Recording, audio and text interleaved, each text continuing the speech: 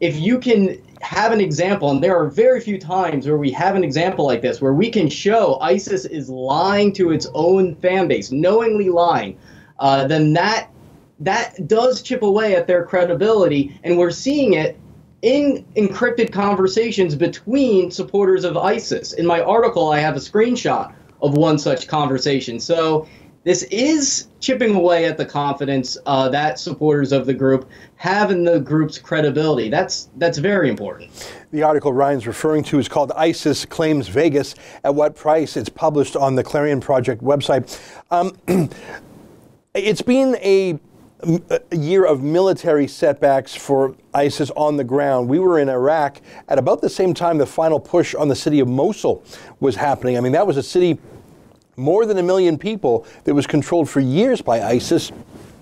Now it's liberated, if that's the right word. At least ISIS is no longer running the place.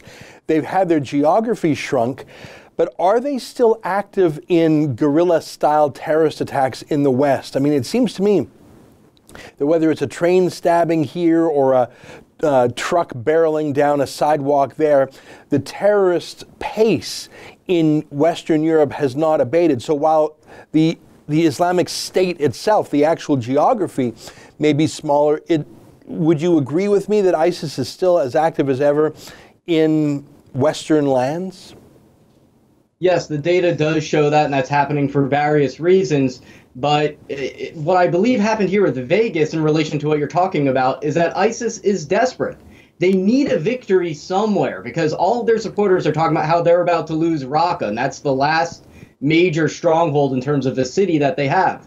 So they heard about the massacre in Vegas, and they said, that sure sounds like us, so why don't we just gamble and say that we did it because we're probably right, and it ended up not working out for them. And now they have to stick to it. Mm-hmm. And so I think that this is a good opportunity for us to go after their credibility and show that they are what President Trump calls them, losers. Mm-hmm. So 2 themes: they're lying, you have no credibility, and they are losers. And we need to zero in on that. And I think we don't do a good enough job when it comes to political warfare against these groups. That's an excerpt from my daily TV show, The Ezra Levant Show. Normally it's behind a paywall, but I thought you'd like this video, so we put it on YouTube. If you want to subscribe to watch the daily show every day, including always 2 interviews a day, and I read my hate mail, just click on this screen and become a premium member.